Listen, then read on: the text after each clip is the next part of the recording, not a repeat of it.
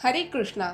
दोस्तों, आज की वीडियो में हम भगवान विष्णु को समर्पित एक बेहद ही खास मंदिर के बारे में जानेंगे, जो कि नेपाल की शिवपुरी पहाड़ी पर स्थित है और यह काठमांडू शहर से कोई 10 किलोमीटर की दूरी पर है।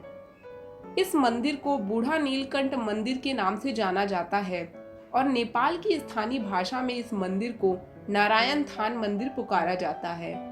कोई कोई इसे बुद्धा नीलकंठ के नाम से भी पुकारता है, जिस कारण भगवान बुद्ध के साथ इसका संबंध प्रतीत होता है। हालांकि यह भगवान बुद्ध का नहीं अपितु भगवान विष्णु जी का मंदिर है। इस बुढ़ा नीलकंठ नाम में बहुत ही स्पष्ट तौर पर नीलकंठ यानी नीला गला का पता चलता है और इस संदर्भ में हम सबको भगवान शिव याद आएंगे, जिन्होंने समुद्र मंथन से निकले हलाहल विष को पी लिया था और उसके कारण उनका गला नीला पड़ गया था।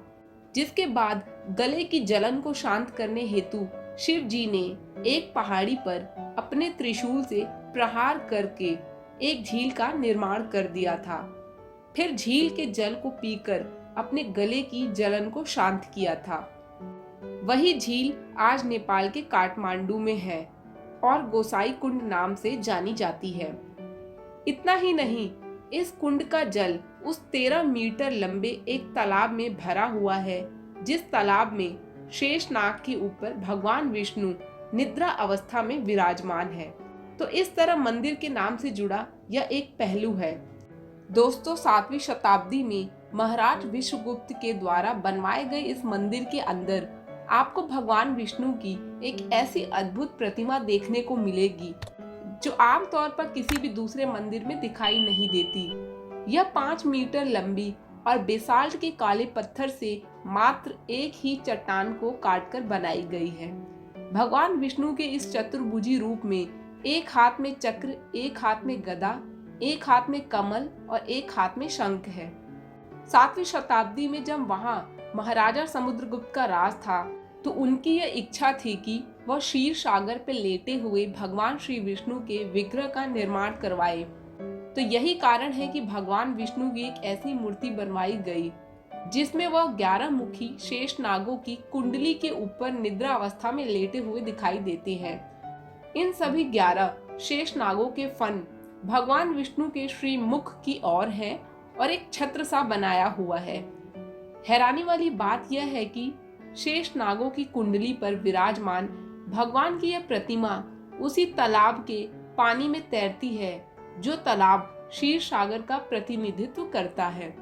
भगवान विष्णु की इस अद्भुत मूर्ति के संदर्भ में यह भी कहा जाता है कि बीतते समय के साथ मूर्ति अपने स्थान से कहीं विलुप्त हो गई थी और इस घटना के कई वर्षों बाद मल्ला राजवंश के समय काल में वह मूर्ति एक खेत के अंदर से प्राप्त हुई, जब वहां एक किसान हल से अपने खेत को जोत रहा था।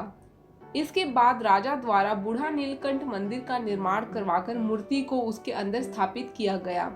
इसी से जुड़ी एक और मान्यता है कि आरंभ में मूर्ति को किसी दूसरे स्थान पर बनवाया गया था, फिर महाराजा विश्वगुप्त के काल में उसे इस मंदिर में स्थापित कर दिया गया। वैसे यह भी जान ले कि हर साल विशेष तौर पर कार्तिक मास के शुक्ल पक्ष की देव उठनी एकादशी के दिन मंदिर में विशाल मेले का आयोजन होता है, जहां बड़ी संख्या में भक्तगण पहुंचते हैं। दोस्तों, इस मंदिर से जुड़ी एक और हैरान कर देने वाली बात यह है कि अगस्त महीने में वार्षिक शिव उत्सव के दौरान भगवान विष्णु की मूर्ति के ठीक नीचे पानी के अंदर भगवान शिव की भी छवि दिखाई देती है और भगवान विष्णु की मूर्ति जिस पत्थर से बनी है वह तालाब में तैरता है, तो उसके नीचे ही शिव जी की छवि नजर आती है। कोई नहीं जानता कि यह कैसे होता है और संभव है कि बहुत लोगों को इस पर विश्वास भी ना हो, लेकिन भगवान के लिए अपने सच्चे भक्तों के समक्ष कोई विशेष रूप लेना या उनके संग विशेष लीला करना कोई बड़ी बात नहीं है। तो इस शिव उत्सव के दौरान भी यहाँ भक्तों की बड़ी संख्या दर्शन के लिए पहुँचती है। परंतु नेपाल के ही राज परिवार से जुड़ी एक चौंका देने वाली बात इस मंदिर से संबंधित है। दरअसल ऐसा माना जाता है कि नेपाल का यह राज परिवार मंदिर में जाकर भगवान विष्णु के दर्शन व पूजा नहीं कर सकता है। बात बहुत अजीब लगती है। ऐसा कहा जाता है कि इस राज परिवार को एक श्राप मिला था और श्राप के कारण ही यदि इसका कोई भी सदस्य मंदिर में जाता है तो उसकी मृत्यु हो जाएगी।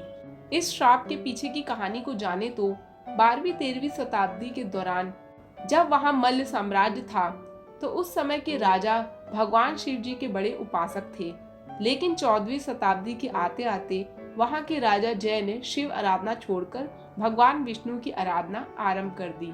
इतना ही नहीं, घमंड से भरकर उन्होंने स्वयं को ही भगवान विष्णु का अवतार घोषित कर दिया। 16वीं शताब्दी तक भी यह अवतारवाद की धारणा चलती रही। एक रात उस समय के राजा को सपना आया और सपने में उसे संदेश मिला कि यदि इस राज परिवार का कोई सदस्य बूढ़ा नीलकंठ मंदिर के दर्शन को जाता है तो उसकी मृत्यु हो जाएगी। इस कारण यह राज परिवार भगवान विष्णु की मूर्ति का एक प्रतिरूप बनवाकर अपने पास रखता है जिसकी वह पूजा कर सके। दोस्तों, यह कहानी थोड़ी विचित्र लगती है, हालांकि हमने इससे पहले भी इस प्रकार की कई कहानियों को सुना है जिसमें स्वयं भगवान स्वप्न में आकर कोई संदेश दे जाते हैं। फिर भी यह चैनल राज परिवार से जुड़े इस पहलू की पुष्टि नहीं करता है। वैसे यदि कभी आपका नेपाल जाना हुआ तो आप वहां के इस बूढ़ा नीलकंठ मंदिर के अलावा अन्य कई सारे तीर्थ स्थलों के दर्शन करना ना भूलें, जैसे कि पशुपतिनाथ मंदिर, स्वयंभूनाथ मंदिर, बौद्धनाथ स्तूप, चंद्रगिरी मंदिर आदि। तो दोस्तों, यह थी पूरी कहानी। अगर आपको वीडियो पसंद आई हो तो इसे लाइक और शेयर करना ना भूलें। साथ ही channel let's know Lord Krishna को भी याद से सब्सक्राइब कर लें। धन्यवाद। हरे कृष्णा।